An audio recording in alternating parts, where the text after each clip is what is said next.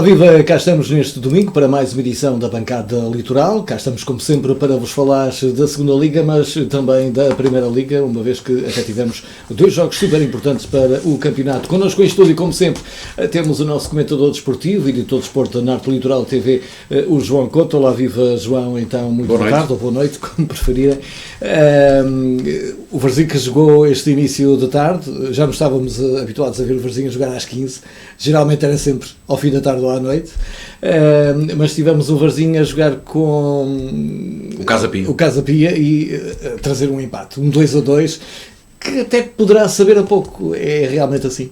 Soube de facto é pouco, porque se houve equipa que dominou foi a equipa do Varzim, que chegou a estar em vantagem por duas vezes e que depois na parte final claudicou um bocadinho, com golos que são duas falhas, enfim, que não se admite, sobretudo um dos clubes que está posicionado em baixo em termos de tabela classificativa, mas é preciso perceber que esta segunda liga é uma liga muito equilibrada, quer dizer, enquanto que muitas vezes o pequeno agiganta-se perante o grande, isto nesta própria liga, o que também acontece o contrário, às vezes a equipa que vai à frente acaba por ser surpreendida em casa por um outro que está muito pior classificado. Mas isto aconteceu ao Varzim, naturalmente que se esperava, depois de estar a ganhar por duas vezes, esperava-se que pelo menos o Varzim desta vez trouxesse os três pontos e não deixasse apanhar, digamos. Ou que não quer dizer que seja um mau resultado, é um resultado menos positivo, naturalmente. Até porque há dois clubes lá na frente que também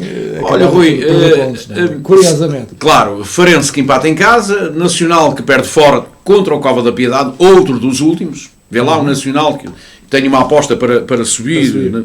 Que está ali a morder os calcanhares ao Farense, portanto, exatamente, nesta altura só há um ponto a dividir estas duas equipas, e portanto, quem diria que o Nacional iria perder no Cova da Piedade por 3-1? Quem diria? E portanto, isto, como eu digo, só diz bem do equilíbrio que há neste campeonato, nesta segunda liga. Portanto, isto que foi uma jornada, digamos, ainda está a disputar um jogo que é o Vila Franquense com o Penafiel. Nesta altura estão empatados a uma bola e, portanto, há aqui resultados, enfim, um bocadinho, é próprio do futebol, com alguns empates caseiros.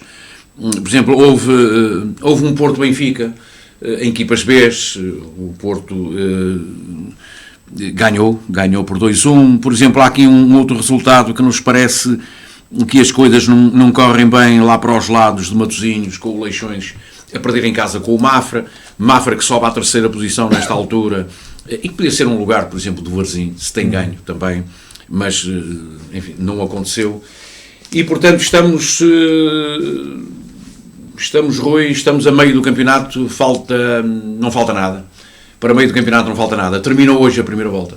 Falta outro meio para terminar. Falta a outra parte, a segunda parte do campeonato, que começa já, e outra vez às 3 horas, falaste há bem pouco tempo do horário, mas repara que há um jogo que está-se a disputar e que está a fechar a jornada a esta hora, portanto, cujo Varzim também já jogou, nesse aspecto já jogou também, muitas vezes às 5, 5:15, 5:30 e por aí fora. E, portanto, Varzim que volta a jogar agora, outra vez no próximo domingo, portanto, 2-8, 3 horas da tarde, em Oliveira das Meias, frente à Oliveirense que precisa naturalmente de pontos. Oliveirense que neste jogo empatou em casa com o Feirense, um derby ali, Santa Maria da Feira, Oliveira das Meias, e portanto o Oliveirense que tem 19 pontos, não está num lugar muito confortável, 14º não é muito confortável, mas enfim, vai andando. Está a precisar de pontos e o Varzim vai lá. E o Varzim, enfim, chegar onde chegou nesta altura, estar onde está a jogar de uma forma descontraída, cometeu os seus erros, como foi o caso de dois erros defensivos, acaba por sofrer 2 golos. Ruiz abriu o ativo por volta da meia hora, o Varzim depois acaba por sofrer o empate já no início da segunda parte, o Alan Henrique acaba por fazer o 2-1 para o Varzim e a 10 minutos do fim o Varzim consente o empate, olha, do mal menor, mas o que é facto é que são situações que o Paulo Alves terá que rever, de um Varzim que foi dominador, esteve na frente por 2 vezes e acabou por empatar em casa do Casa Pia, em Pinamanique, lugar onde o Varzim foi muito feliz há 5 anos atrás, quando subiu de divisão à segunda Liga. E nós estávamos lá. Nós estávamos lá, todos nós lembramos. Em direto. Foi um jogo em que terminamos em lágrimas. Verdade. Mas de vez em quando também se vê gente feliz com lágrimas. Como foi o nosso caso. Verdade. Entretanto, o Varzim que volta a jogar fora. Curiosamente, houve uma altura em que jogou muito seguido em casa, agora está houve uma altura que teve 4 jogos seguidos em casa. 4 jogos seguidos em casa. Apesar de competições diferentes. Era, e um jogo antecipado que foi na circunstância com o Farense. Nesta altura, 2 jogos seguidos fora, não é? Porque é o fim da primeira volta. O início da segunda. E o início da segunda. Portanto, quando terminar esta segunda volta, o último jogo do Varzim, sabes que é em casa. O Varzim vai fora, porque também começou o campeonato a jogar em casa com o Oliveirense, ainda estávamos em agosto. Exatamente. E portanto era efetivamente muito cedo, mas o que é facto é que... Com este resultado, o Varzim lá se mantém, creio eu, na 6ª posição ainda. Rui, e não sai dali, exatamente 4, 5, 6, 6º lugar, com 27 pontos, a par do Desportivo de Chaves, que também, enfim... O Chaves... Há muitos anos que o Chaves é aposta para a subida. E continua a ser. Agora, como eu digo, também falta meio campeonato. Portanto, muita coisa ainda poderá acontecer. Eu sei lá. Nós já vimos de tudo ou quase tudo no futebol. E, portanto, vamos indo e vamos vendo. O Varzim, deixai-o fazer o seu caminho, porque... Calmamente. Porque, como se diz, o caminho faz caminhar. Ora, aí está.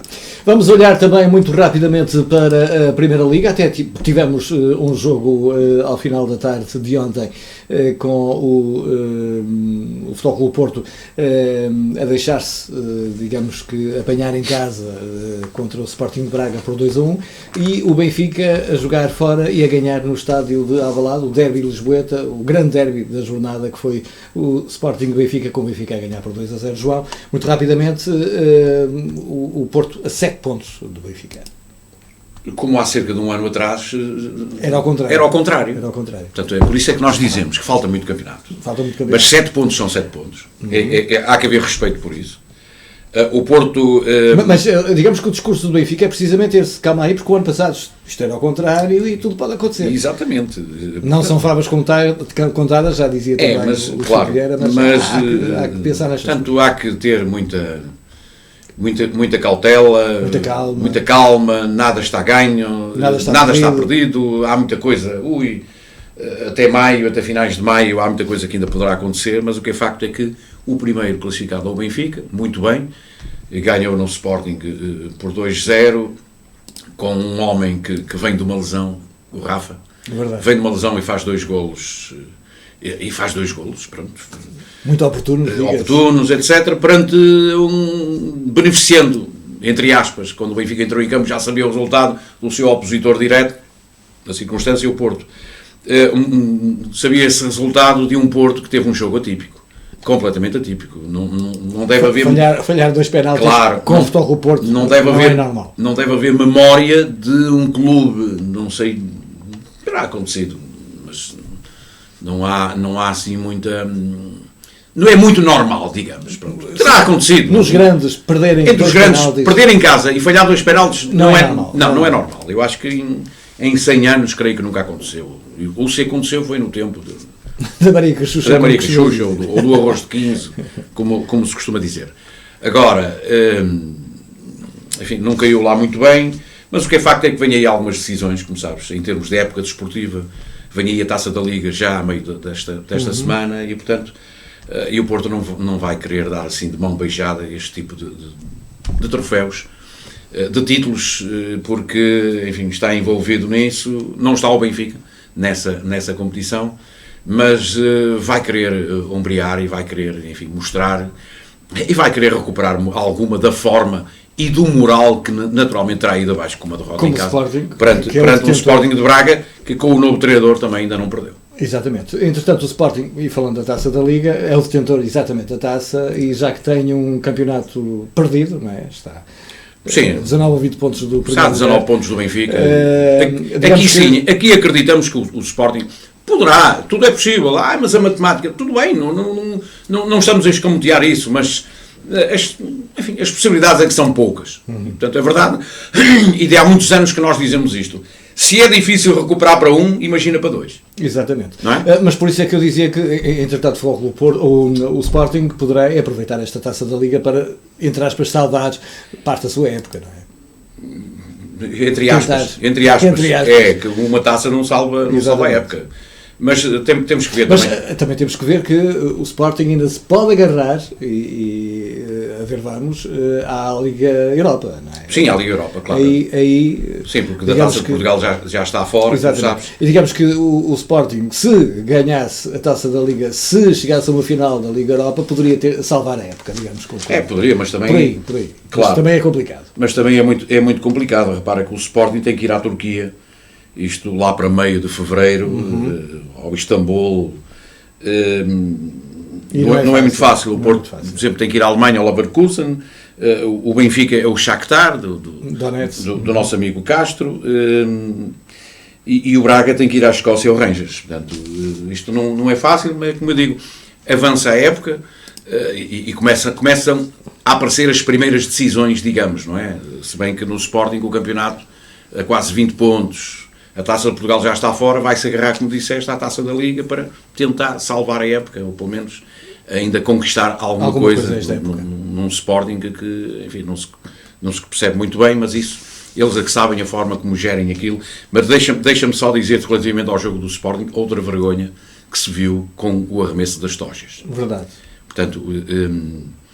E o mais incrível é vermos adeptos do Sporting contra adeptos do Sporting, porque os próprios adeptos do Sporting estavam a estragar o espetáculo. Porque, claro, estraga o espetáculo, o prejudicado ao clube, não são as pessoas, e eu não sei, há que aplicar os regulamentos, há que ter coragem de aplicar os regulamentos, e não dizer, o clube tal foi multado em X mil euros, em não sei o quê, tal, não chega, isso não chega, santa paciência, mas isso não chega. E começar por finalmente começar a tentar com as câmaras que existem identificar as pessoas. Identificar as pessoas, ter é essa possibilidade. Claro, ter gente e como sabes, eu não vou explicar como é que se apanham esses senhores. Exato, não sou eu que vou explicar.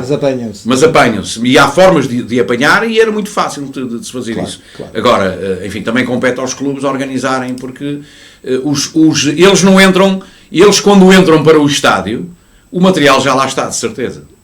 Digo eu. O material já lá está. Porque o material não vai entrar naquela altura. Exatamente. Nós não sabemos como é que isso é feito. Claro, nós não, quando entramos num campo de futebol, se tivermos qualquer coisa à mostra, temos que... Aliás, tu contavas outro dia a história de, como jornalista, o que nos acontece quando entramos num estádio, que somos revistados, apalpados. Quer dizer, um jornalista que vai trabalhar, não é? Não se compreende. Não se compreende. Levas uma garrafa de água e tens que tirar a tampa. Exatamente. Quer dizer, vais andar com a garrafa sempre assim toda a vida, não é? Que é para não virares a água, então tens que beber a água mesmo que não queiras. O que está mal. Pronto, o que está mal. Muito bem. É caso de dizer que a Liga neste aspecto está a meter água. De facto mete. E eu não sei como é que é feita essas vistorias à entrada dos estádios, mas é como eu digo, alguém tem que tomar medidas neste país, porque senão qualquer dia estamos a assistir. Normalmente isto acontece no futebol, mas imagina que acontece num outro espetáculo com centenas ou milhares de pessoas ao vivo a assistir a um espetáculo qualquer, de música, de teatro, uma exibição assim, majestosa, etc. E as pessoas a enviar coisas para um palco, para um recinto de jogo. Eu acho que não se coaduna com a nossa sociedade. E ias acrescentar qualquer coisa agora para... Olha, eu ia acrescentar, só para fecharmos esta nossa conversa de hoje, voltando ao Varzim. Isto falando já antecipadamente, porque o Varzim tem uma Assembleia Geral marcada para o próximo sábado.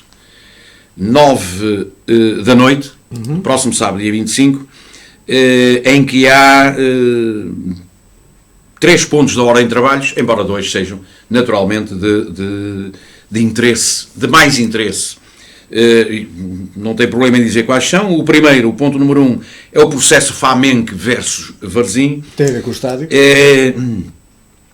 E que vai ser explicada como é que foi feito o acordo e a retificação sobre estes valores que o Varzim tem que pagar, como sabes, estes impostos que a empresa pagou ao Estado na altura para a construção do estádio novo, e do qual a empresa coloca o Varzim em tribunal, e o Supremo Tribunal de Justiça decide que é o Varzim que tem que pagar esse... Eu já lhe perdi a conta, são tantos milhões que às vezes passam por esta cabeça e por estes olhos que eu já nem sei mas é à volta, Rui, de 800 mil euros, ou coisa que se Perto pareça. de 1 milhão, perto de 1 milhão. Pronto, perto de 1 milhão. Não chega lá. Se arrecadarmos com os jurozinhos que dá naturalmente estes processos, que é preciso pagar. É que mensalmente, se tiveres uma dívida e não pagares, aumenta o juro. Claro. E pronto. E, portanto, será 1 milhão de euros, 900, 1 milhão de euros. Portanto, isto vai ser explicado então em Assembleia Geral. O ponto 2, perdão, será a eleição sob proposta da direção de 10 sócios para integrarem o Conselho Varzinista. Como sabes, o Varzim tem uma direção há 3 meses. Outubro, novembro, dezembro. 3 meses, 3, 4 meses. E como tal, sempre que há uma direção nova, há que eleger o Conselho Varzinista, que é composto por ex-presidentes que residam no Conselho da Póvoa, os 3 cabeças dos 3 órgãos que o Varzim tem, Direção, Conselho Fiscal, Assembleia Geral, e que depois já há 10 sócios nomeados pela Direção para integrarem este Conselho Varzinista, que é um Conselho, digamos que, consultivo, não é deliberativo. Toda a gente sabe como é que isto é feito. Eu não conheço quem são os 10 sócios, não faço ideia. Olha, eu não sou. Não fui contactado, não sou, mas mesmo que fosse, não tinha problema nenhum em fazer parte de um Conselho Varzinista. Tem exemplo de outros associados que eu conheço, claro, que sem serem figuras, digamos, de destaque, figuras públicas, pertenceram também ao Conselho Varzinista e deram um bom contributo, porque o Conselho Varzinista, enfim, é um conselho que procura resolver em tempos de crise, digamos. É quase como o Conselho de Estado. Conselho de Estado, claro. Quando o nosso amigo Dr. Marcelo chama os seus conselheiros para reunir, para lhe dizer e falar... Exatamente, para terem ideias. Ideias e qual é a solução, o que é que vocês apontam para isto, porque eu sozinho penso, mas se forem 2 ou 3 ou 4 pessoas a pensar sobre o mesmo assunto, se calhar nasce daqui uma ideia, porque é do diálogo entre as pessoas que nascem as ideias. E um homem só não sabe nada, 2 homens sabem tudo, 3 então é uma fartura. Sim. O último ponto da ordem de trabalhos, Rui, são assuntos de interesse para o Globo. Naturalmente haverá um ou outro interesse ou não. Exatamente. 9 horas no próximo sábado no Diana Bar. No Diana Bar. Que já tem sido, curiosamente, o lugar destas assembleias. Exatamente. E como sabes, se há hora marcada... Não estiver lá o pessoal todo... Meia hora depois. Portanto, para sermos mais exatos e para não perdermos aqueles que têm interesse nestas coisas e gostam de acompanhar... Portanto, 9h30 está a começar a Assembleia Geral. Esperemos lá estar, porque estou muito curioso para saber quais foram os termos do acordo que o Varzim fez com esta empresa em termos de pagamento destas dívidas fiscais, porque se isto não for pago, meu amigo, enfim, cai o Carmo e a Trindade, como se costuma dizer, porque o Varzim tem património e parte do património já o deu como fiança para pagamentos de outras dívidas e o Varzim neste aspecto está a cumprir. Aliás, quem é sério, quem é de palavra, cumpre com as suas obrigações. Com os seus e já que o Varzim desportivamente está a encarreirar, que também encarreira... Sim, seria muito bom que tudo isto fosse bem resolvido. Eu sei que os tempos não são como antigamente, em que apareciam os mecenas e que se atravessavam com um chequezinho e diziam assim, pronto, está pago, leva... E depois não me incomodes mais, porque eu já fiz o meu papel, já dei a minha contribuição, só que como disseste, são outros tempos. Muito bem, e nós estamos a chegar ao final desta nossa edição da Bancada Litoral. João, muito boa noite, muito obrigado pela participação no programa mais uma vez. Até 2 ou 8 dias e boa semana. Boa semana também, continuação de um ótimo dia assim com a Norte Litoral TV, boa semana também na nossa companhia.